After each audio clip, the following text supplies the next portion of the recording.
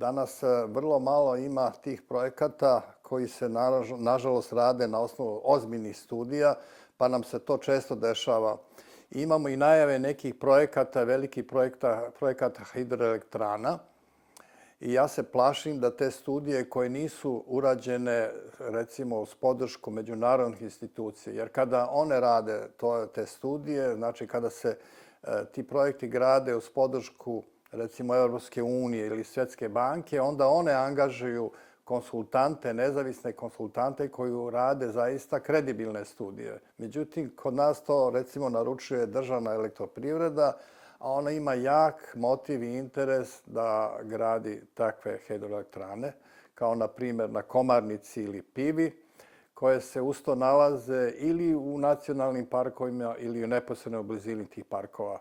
Zašto građani najčešće ostaju bez odgovora na pitanja o tome kakve su prednosti ili mane ili kakav je uticaj na životnu sredinu? Država se trudi da naravno svojim marketingom reklamira takve projekte, vrlo agresivno to radi, to rade i državne elektroprivrede, dok građani dobijaju nekakve studije koje su napisane jezikom koji oni ne razumiju i vrlo često se organizuju neke javne rasprave koje stvari fingiraju javnu debatu, organizuju se po 1 ili 2 sastanka i to nisu prave javne debate u kojima građani stvarno mogu da dobiju prave informacije.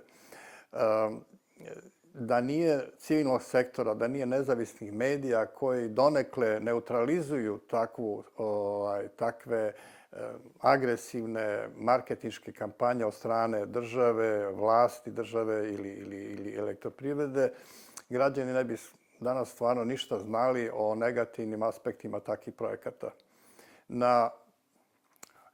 U Crnoj Gori imamo i pozitivne primjere da je civilni sektor i mediji da su uspjeli da odbrane neke takve projekte, da odbrane od gradnje i uništenja nekoliko naših kanjona, kao što su recimo bili kanjoni Tara i Morače. Iako je već iz samih studija o isplativosti njihove gradnje bilo jasno da su oni potpuno neracionalni projekti i da ne bi bilo interesa privatnih recimo investitora da grade takve hidroelektrane, što naravno nije slučaj za državne elektroprivrede. One imaju neke druge motive.